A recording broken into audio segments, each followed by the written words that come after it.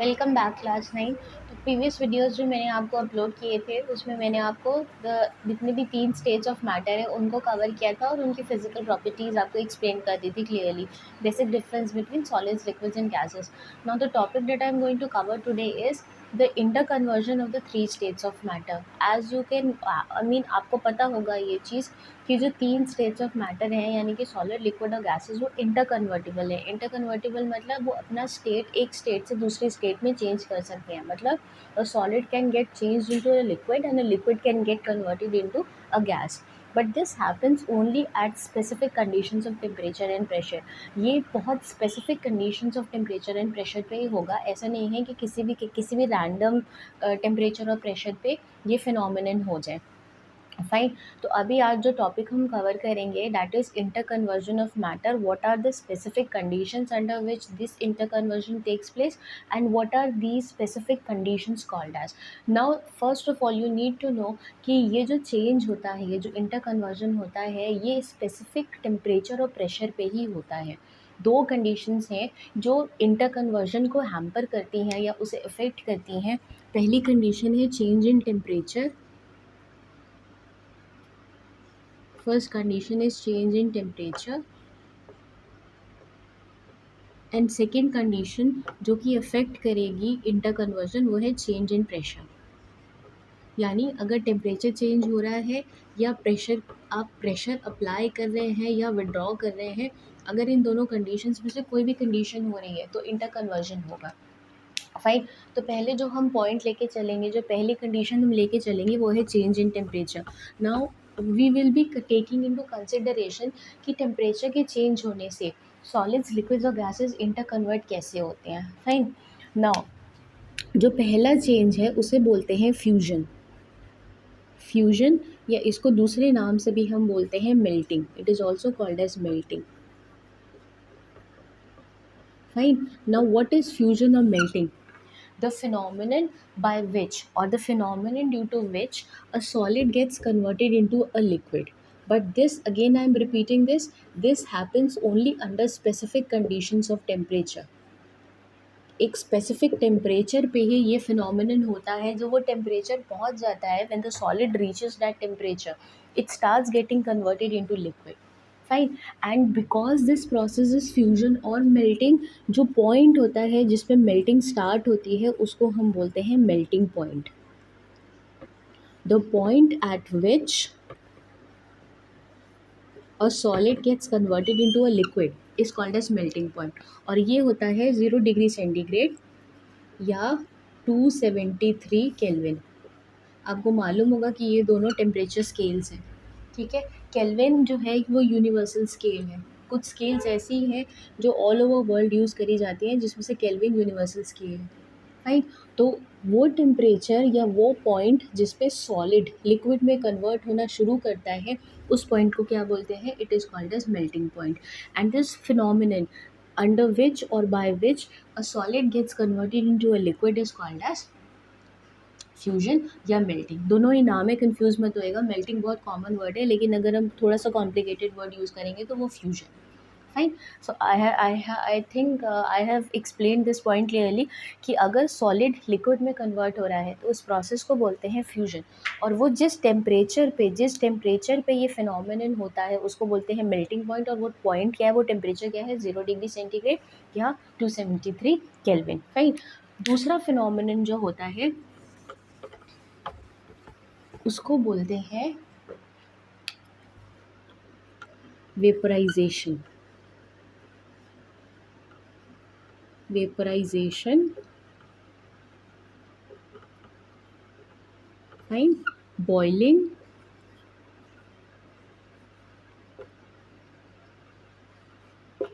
Vaporisation या boiling, दोनों ही टर्म्स यूज़ करी जाती हैं। फाइन। तो ये प्रोसेस क्या है? वो पॉइंट या वो टेम्परेचर जिस पे कि एक लिक्विड जब पहुंचता है तो उसका फेज़ जो है, उसका स्टेट जो है, वो लिक्विड से गैस फॉर्म में कन्वर्ट होने लगता है। उस फिनोमिनन को बोलते हैं वेपराइजेशन या बॉइलिंग। फाइन। बॉइलिंग क्यों? क्योंकि लिक्विड को बॉईल करिए, वो एक टेम्परेचर पे पहुंचेगा जब उसमें से धीरे धीरे फ्यूम्स या वेपर्स निकलने लगेंगे, इसीलिए इस प्रोसेस को वेपराइजेशन भी बोलते हैं। So the process at or the process because of which a liquid starts getting converted or getting converted into a gaseous form is called as vaporization या boiling. और ये जिस पॉइंट पे होता है, अभी मैंने पहले ही बता दिया ये टॉपिक स्टार्ट करने से पहले ही कि ये स्पेसिफिक पॉइंट्स पे होंगे। ऐसा नहीं है कि रूम टेम्परेचर पे ये प्रोसेस हो जाएगा, नहीं। एक स्पेसिफिक पॉइंट है, जब कोई लिक्विड उस पॉइंट पे पहुंच जाएगा, उस टेम्परेचर पे पहुंच जाएगा, तो वो बॉईल होना शुरू हो जाएगा। और वो बॉईल होते होते धीरे धीरे पॉइंट पे पहुंचेगा जहाँ पे वो वेपर में कन्वर्ट होना शुरू होगा। तो बॉइलिंग पॉइंट है वो temperature at which a liquid starts getting boiled up and getting converted into a gas, fine. तो ये टेम्परेचर कितना होता है, 100 degree centigrade.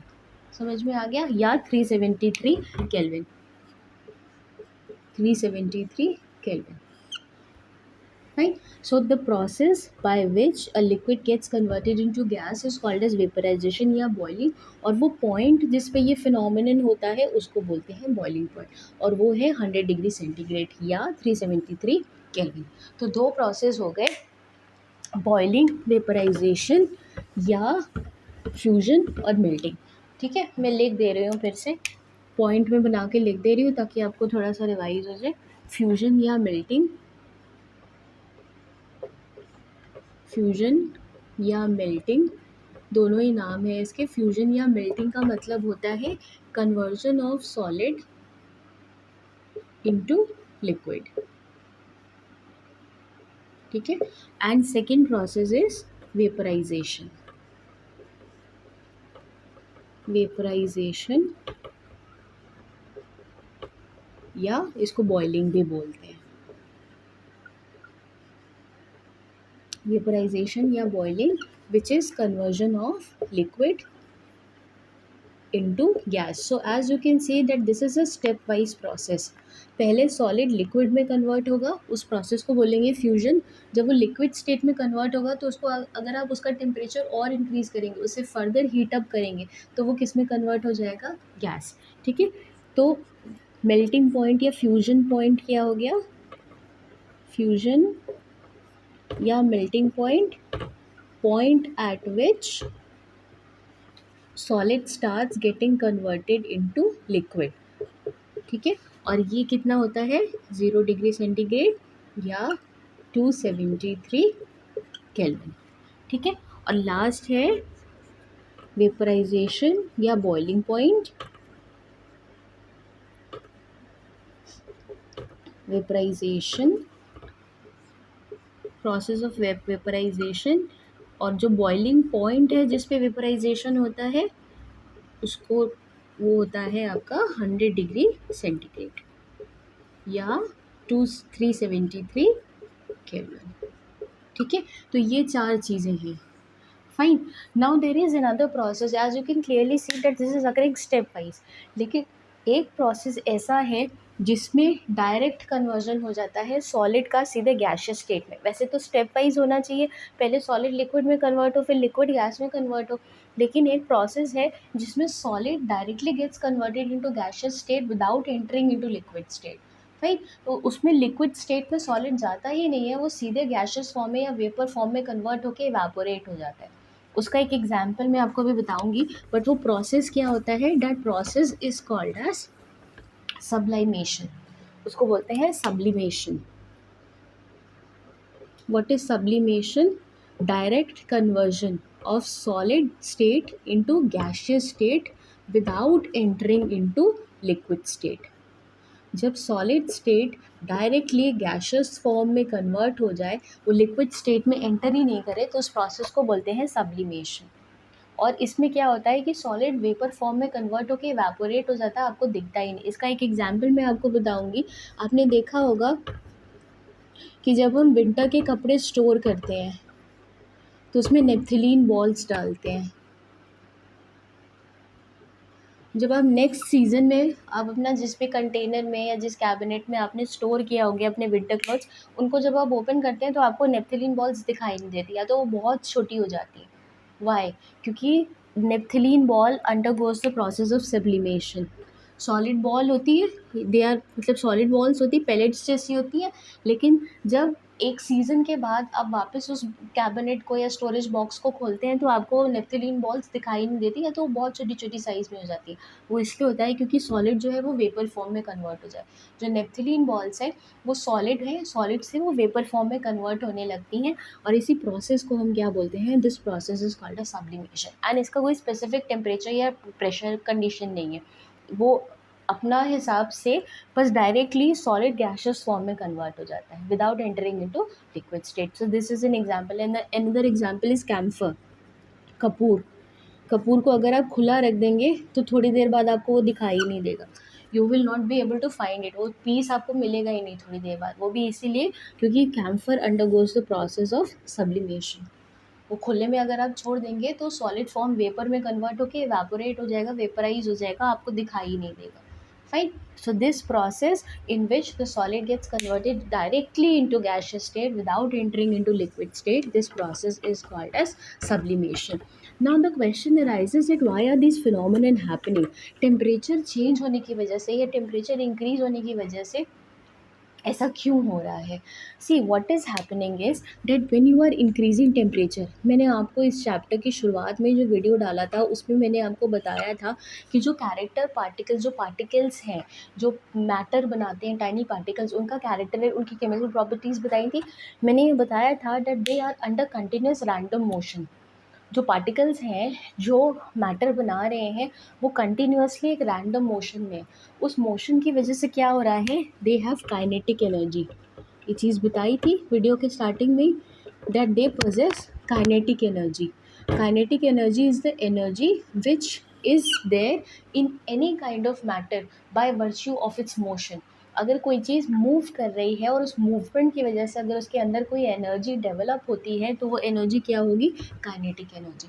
Now what happens is that when you increase temperature, जब आप टेम्परेचर बढ़ाते हैं तो पार्टिकल्स बहुत तेज़ तेज़ वाइब्रेट करते हैं। सपोज़ करिए मैं सॉलिड स्टेट की बात करूँ, मैंने सॉलिड स्टेट का स्ट्रक्चर आपको बताया था that the particles are very closely and tightly packed to each other. इतने क्लोजली और टाइटली पैक्ड हैं कि उनके बीच में स्पेसेस ही नहीं है। Now when you will increase temperature, जब आप टेम्परेचर बढ़ाएंगे तो ये पार्टिकल्स की काइनेटिक एनर्जी इंक्रीज हो जाएगी। Kinetic energy is directly dependent upon temperature. Higher the temperature, जितना ज़्यादा हाई होगा टेम्परेचर उतनी ज़्यादा काइनेटिक एनर्जी भी हाई होगी। Higher will be the kinetic energy, higher the temperature higher will be kinetic energy.